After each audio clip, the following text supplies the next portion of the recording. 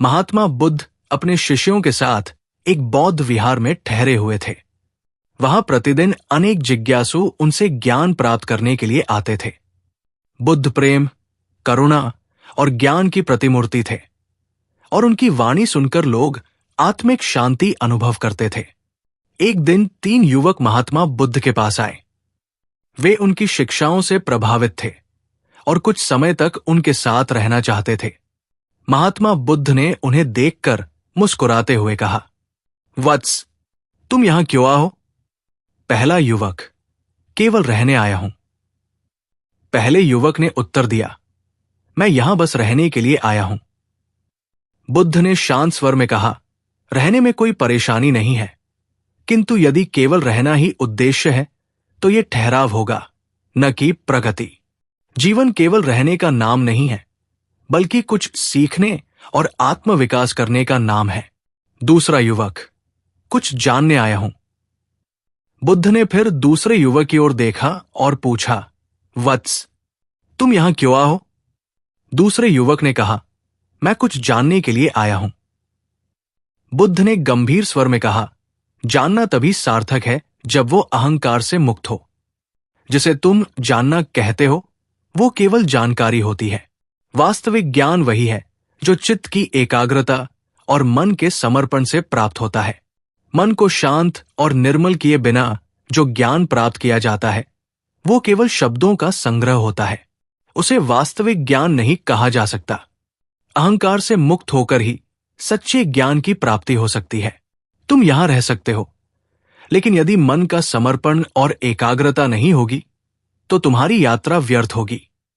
तीसरा युवक, जीने के लिए आया हूं। अब बुद्ध ने तीसरे युवक की ओर दृष्टि डाली और पूछा, वत्स, और तुम यहां क्यों आए हो? तीसरे युवक ने श्रद्धा से उत्तर दिया, मैं जीने के लिए यहां आया हूं। महात्मा बुद्ध ये सुनकर मुस्कुराए और बोले, रहना और जानना, इन दोनों से भी ऊंची अवस्था है जीना। केवल जीवन बिताना सरल है, किंतु वास्तविक जीवन जीना कठिन है। महात्मा बुद्ध ने तीनों युवकों को संबोधित करते हुए कहा, जीवन को जीने के लिए परमात्मा की अनुभूति आवश्यक है। जो केवल रहता है वो समय काटता है। जो केवल जानता है वो अहंकार में डूब सकता है, किंतु जो वास्तव में जीता है वही परमात्मा को अनुभव कर सकता है। जीवन को सही अर्थों में जीने के लिए ये आवश्यक है कि हम स्वयं को परमात्मा का अंश मानें और अपने प्रत्येक कर्म को उन्हें समर्पित करें।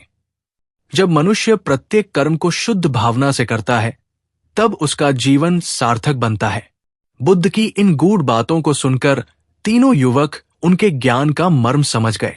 उन्होंने अनुभव किया कि केवल समय बिताना या जानकारी एकत्र करना ही जीवन का लक्ष्य नहीं होना चाहिए, बल्कि जीवन को संपूर्णता से जीना चाहिए। तीनों युवकों ने बुद्ध के चरणों में प्रणाम किया और उनकी बताई राह पर चलने का संकल्प लिया।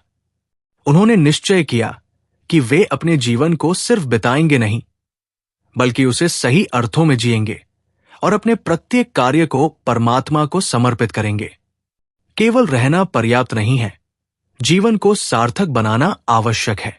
ज्ञान केवल जानकारी का संग्रह नहीं है, बल्कि उसे आत्मसात करना जरूरी है।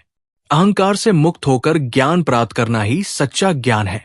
वास्तविक जीवन वही है जो परमात्मा की अनुभूति और समर्पण के साथ जिया जाए। हर कर्म को शुद्ध भावना और ईमानदारी से करना ही जीवन को सही मायनों में जीना है। इस प्रकार महात्मा बुद्ध ने तीनों युवकों को जीवन की सच्ची राह दिखाई। रहने से ऊपर जानना और जानने से भी ऊपर जीना होता है।